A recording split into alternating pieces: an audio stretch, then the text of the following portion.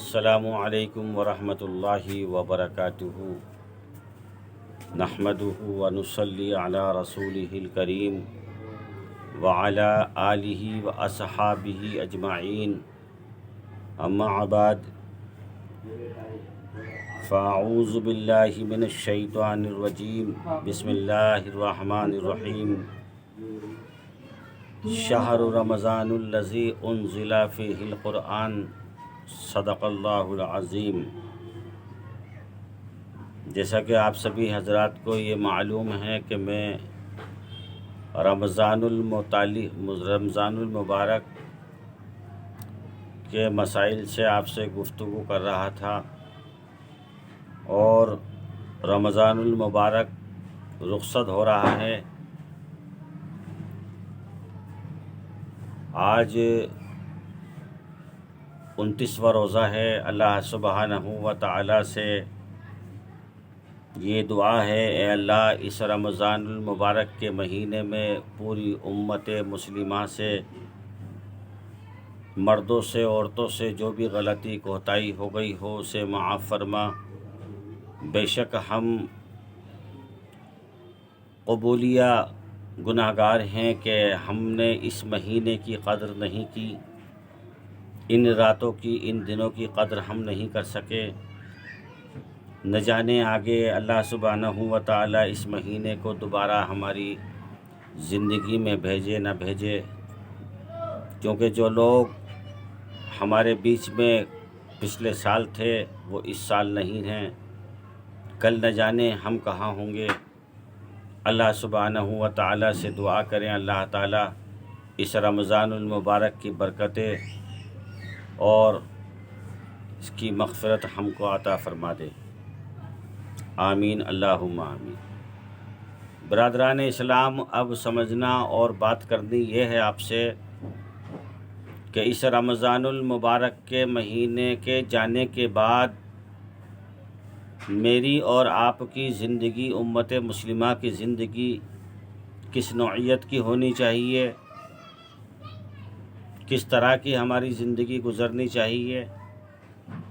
جس طرح رمضان المبارک کے مہینے میں اللہ سبحانہ و تعالیٰ کا ڈسپلنس ہم نے اور آپ نے مانا، روزوں کی پابندی کی، نمازوں کی پابندی کی، مسجدوں میں داخل ہوئے، مسجدوں کو آباد کیا، قرآن کریم کی تلاوتیں ہوئیں اور لمبی لمبی دعائیں ہوئیں، سونے کا وقت مقرر تھا، اٹھنے کا وقت مقرر تھا، کھانے اور پینے کا وقت مقرر تھا، میری اور آپ کی زبان کی بھی حفاظت رہی۔ الحمدللہ اللہ کے کرم سے ہم نے غلط باتیں بھی نہیں سنی، غلط چال و چلن بھی ہمارے نہیں تھے۔ اسی طرح سے مجھے اور آپ کو یہ چاہیے کہ آنے والے سال میں رمضان المبارک تک ہماری یہی پوزیشن اور یہی انداز ہماری زندگی گزارنے کا ہونا چاہیے۔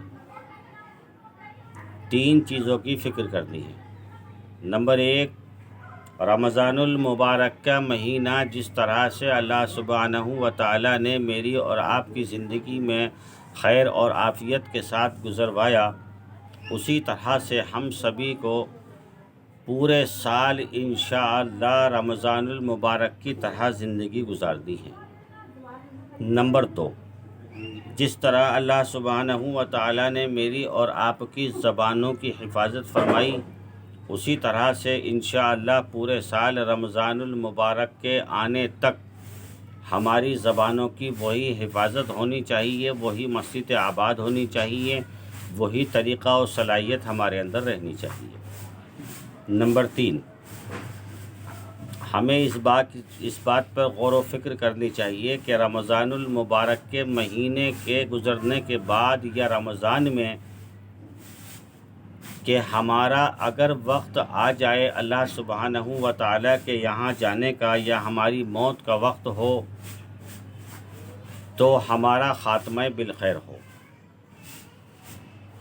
موت کا کوئی بھروسہ نہیں، اللہ سبحانہ و تعالیٰ کب آپ کو بلا لے، کب مجھے بلا لے، کوئی نہیں کہہ سکتا۔ ہاں، موت کی تیاری کرنی ہے انشاءاللہ۔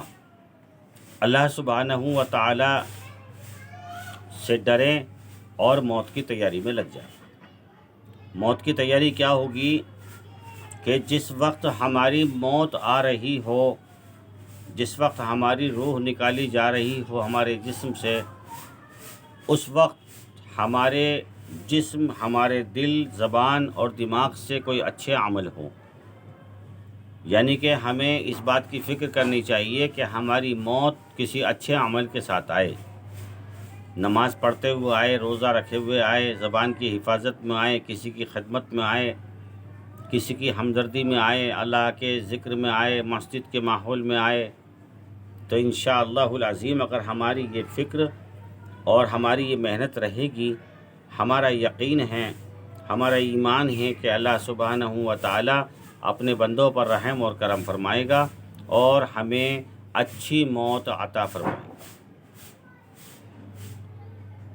اللہ سبحانہ و تعالیٰ کے یہاں میدان حشر میں 3 قسم کے حساب ہوں گے، 3 قسم کے۔ پہلا تو یہ قیامت آنے کے بعد جب مردوں کو زندہ کیا جائے گا اور میدان حشر میں اکٹھا کر لیا جائے گا تو اللہ سبحانہ و تعالیٰ کا اعلان ہوگا کہ جتنے بھی مجرم ہیں وہ سب الگ ہو جائیں۔ وہ مجرم کون سے ہوں گے؟ وہ مجرم وہ ہوں گے جو غیر ایمان والے لوگ ہیں، اور ایمان والوں کو الگ کر دیا جائے گا۔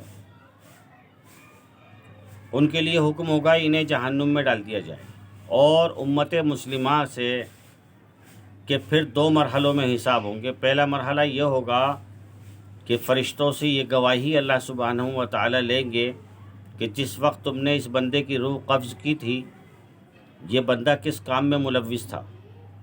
اگر یہ گناہ کے کام میں، چھیڑ چھاڑ کے کام میں، خرافات کے کام میں تھا، کسی بھی طرح کے گناہ میں لگا ہوا تھا، تو پھر اب اس کے نامہ اعمال کے سارے فائل کھول لیے جائیں گے۔ پھر ہر چیز کا حساب ہوگا، ہر گھنٹے، ہر لمحے، ہر زبان، ہر اخلاق کا حساب لیا جائے گا، ہر مال کا حساب لیا جائے گا۔ اور دوسرا مرحلہ یہ ہوگا کہ فرشتوں کی گواہی ہوگی، اے اللہ، جب ہم نے تیرے اس بندے کی روح قبض کی تھی تو یہ نماز میں تھا، یا یہ تیرے ذکر میں تھا، یا یہ کسی اچھے عمل میں تھا۔ تو اللہ سبحانہ و تعالیٰ کا اعلان، ارشاد یہ ہوگا کہ ان کو باعزت جنت میں داخل کر دیا جائے، اس میں کوئی حساب و کتاب نہیں ہوگا۔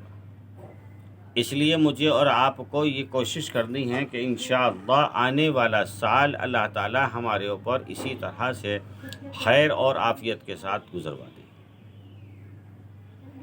اور کیونکہ رمضان کا آخری دن ہے، 29واں روزہ ہے،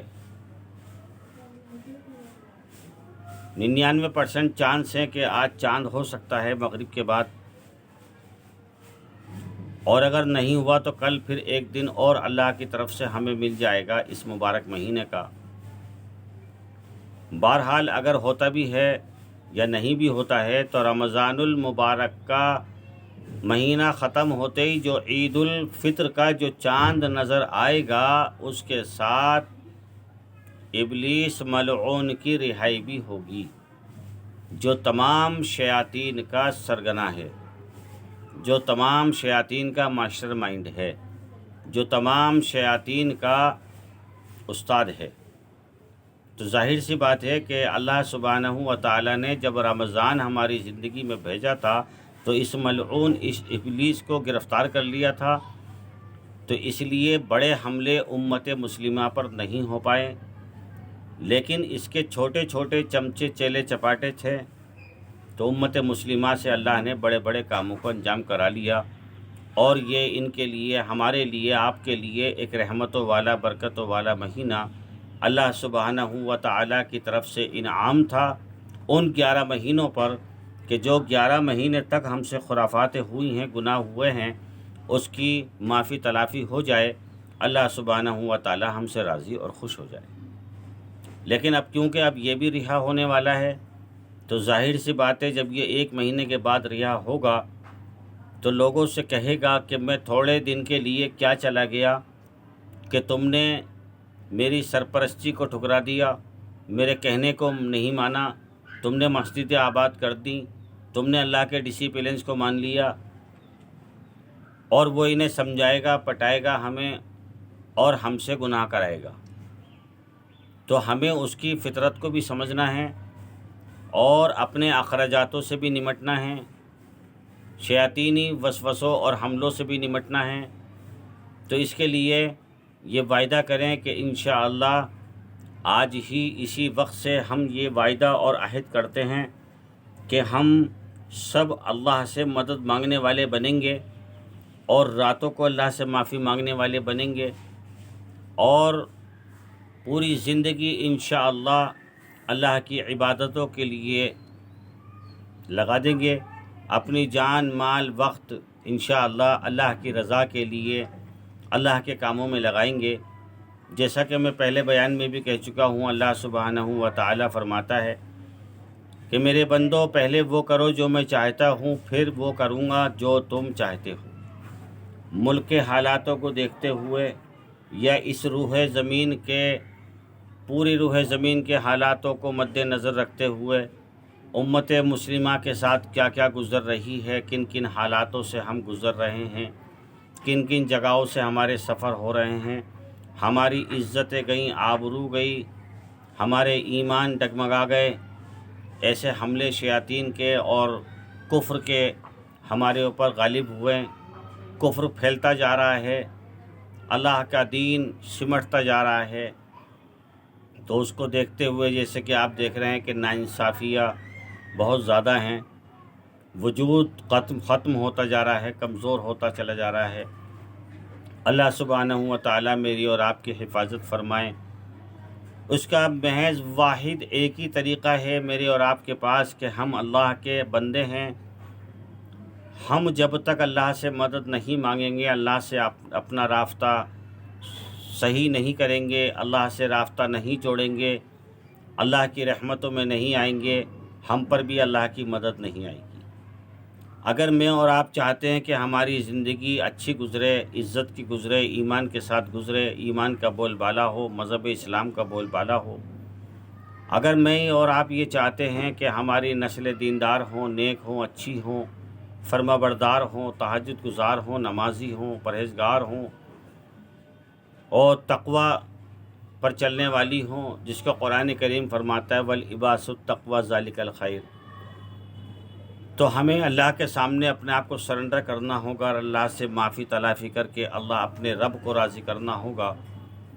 ہمارا ایمان ہے کہ ہمارا رب بڑا رحیم اور کریم ہے، وہ رحمان بھی ہے، وہ کریم بھی ہے، وہ رحم بھی کرتا ہے، وہ کرم بھی کرتا ہے، اور اللہ کی قسم اللہ سے زیادہ اپنے بندوں سے، اپنی مخلوق سے اس دنیا میں کوئی محبت کرنے والا نہیں۔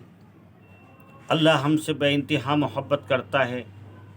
جس طرح اللہ سبحانہ و تعالی ہم سے محبت فرماتے ہیں، اسی طرح سے ہمارا بھی انسانی فرض ہے، مذہبی فرض ہے کہ ہم اللہ سبحانہ و تعالی کے دربار میں حاضر ہو جائیں، اپنے آپ کو سرنڈر کر دیں اور قبولیہ مجرم بن جائیں، اللہ کے سامنے سارے جرموں کو رکھ دیں اور اس پر شرمندہ ہوں اور اللہ سے مدد مانگیں، اللہ سے توبہ کریں، استغفار کریں۔ اے اللہ، جب سے بالغ ہوئے آج تک جتنے بھی گناہ ہوئے ہیں، میں آپ سے معافی چاہتا ہوں، اس پر شرمندہ ہوں، اور یہ وعدہ اور عہد کرتا ہوں کہ انشاءاللہ آنے والے وقت میں ایسا کوئی جرم نہیں کروں گا جس سے آپ پھر ناراض ہو جائیں۔ آپ اپنی مددیں پھر ہم پر نازل فرما دیجئے، جس طرح آپ نے پہلے امت مسلمہ پر آسمانی مدد نازل فرمائی۔ رب العالمین، امت کی حالت خراب ہے، رب العالمین پوری امت کو معاف فرما کر اپنی مدد کے راستے کھول دیجئے اور آسمانی مدد ہم پر نازل فرما دیجئے۔ اللہ تعالیٰ کہنے سننے سے زیادہ عمل کی توفیق نصیب فرمائیں۔ اللہ تعالیٰ ہماری مساجد اور مدارسوں کی حفاظت فرمائے۔ اللہ تعالیٰ پوری امت مسلمہ کی جان مال عزت آبرو کی ایمان کی حفاظت فرمائے۔ اللہ تعالیٰ بیت المقدس کی حفاظت فرمائے اور فلسطین کے مسلمانوں کی حفاظت فرمائے۔ اللہ تعالیٰ اس مہینے کی برکتیں اور صلاحیت اور مغفرت ہمیں عطا فرما دے، اور اللہ تعالیٰ ہمیں اسی مہینے میں جہنم سے نجاتی نصیب فرما دے۔ آپ سب کے علم میں یہ بات ہے کہ میں عرصے سے بیمار ہوں، اللہ سے میری تندرستی کی دعا کریں۔ اللہ تعالیٰ مجھے اچھی تندرستی عطا فرمائے اور اللہ تعالیٰ میرے علم میں برکت عطا فرمائے۔ ربی زدنی علما، ربی زدنی علما، اللہم ربی زدنی علما۔ میرے والد محترم حضرت مولانا قاری عتیق احمد خاں قاسمی نجیب آبادی بھی ضعیفی کی عمر سے گزر رہے ہیں، بیمار ہیں، کمزور ہیں۔ اللہ سے ان کی اچھی صحت کے لیے دعا کیجیے۔ اللہ تعالیٰ ان کو خیر کے ساتھ رکھے، ان کی سرپرستی ہمارے سروں پر رکھے۔ اللہ تعالیٰ مجھے اور آپ کو عمل کی توفیق نصیب فرمائے۔ سبحان اللہ و بحمدہ، سبحان اللہ العظیم۔ السلام علیکم ورحمۃ اللہ وبرکاتہ۔